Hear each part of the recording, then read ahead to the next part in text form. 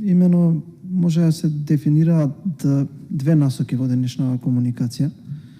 Една која што ја наметнуваат во прашална форма пратениците и друга форма на дискусија за одредена предметна надлежност на институцијата, дали постои или не постои.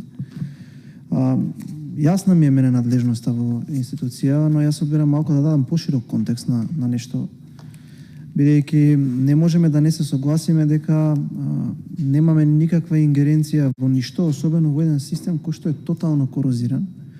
И не може да не кажеме дека сферата на јавните набавки во нашава држава не е девастирана, не е уништена и не е, би кажал, некој рај за местење на оние кои што во изминатите години ги управуваа институциите.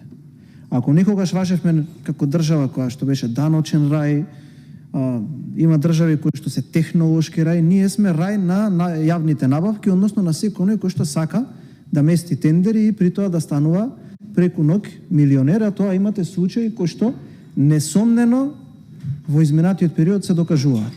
И ние за да докажеме дека го надминавме и тоа, се обидувавме неколку пати во и собранието со специјални закони, договори во 4 очи, да се договараме со одредени, да ги кажам, трети лица, трети страни и без при тоа да се распишуваат тендери.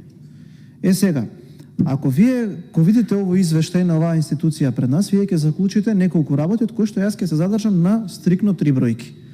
Не може, ако институцијата е одговорна за жалбите по јавните набавки, каде што на годишно ниво имало 24.000 такви спроведени постапки, и ако изминатите 4 години на назад, вие гледате дека ова е трета година каде што ви паѓа бројот на поднесени жалби, да бидете задоволени од вашата работа.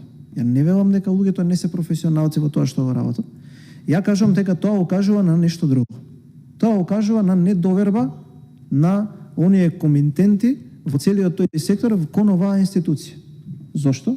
Бидејќи луѓето не веруваат дека на крајот денот, дури ако се оштетени, а се оштетени, дека некој од оваа комисија дека ќе им ја уважи жалбата или дека ќе рече да, ете, видовме дека се случува монопол, дуопол и дека едноставно немате фер шанса за да го добиете тендерот или јавната набавка, неважно.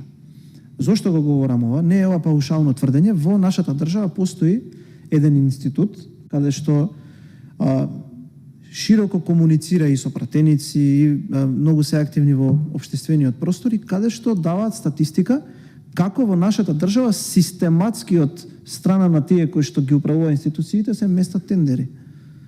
И како, ако направите статистика, колегата Мицевски тоа го кажа, тоа ќе го елаборираат и колегите после мене, се случува да во одредена институција едните исти фирми добиваат константно тендери. Дали се тоа во делот на енергетиката, таму се најинтересни, заради тоа што кој ќе влезете внатре, кој ги поседува тие компании, како иде тоа и така на така. Но ако видите вие кои институции во оваа држава имаат најголеми буџети, и ако видите како може едните фирми да ги добиваат набавките, тогаш нешто станува јасно дека нешто не е во ред. Кога јас лично би се нашол во ситуација да можам да одлучувам како оваа институција би се менаџирала, јас не би направил и не би донел ниту една одлука без добро да ги почитам извештаите од Државниот завод за ревизија и напаствијата од Државната комисија за спречување на корупција. Таму многу јасно се даваат напаствија за тоа како во оваа држава може да се однесуваме при однос на овие работи и кои се слабите точки. Еве да отидеме еден чекор малку понастрана и да разговараме за она кое што нели е предмет на вашата институција. Дека од објавените огласи 24.000 ете вкупно се изјавени жалби во 4,14%. Јас не можам тоа да го карактеризирам како некаков успех или дека како нешто такво треба да се внесе во извештај. Напротив, имате вие неколку институции кои што имаат поголема доверба од останатите во државата. Еве да споредам, дозволете ми. Ја мислам дека Државниот завод за ревизија има многу поголема репутација од вашата институција во јавноста. А тоа се добива со тоа што работат непристрасно, со тоа што работат попрофесионално, транспарентно и со тоа што си ја работат работата. Интегритет е клучниот збор.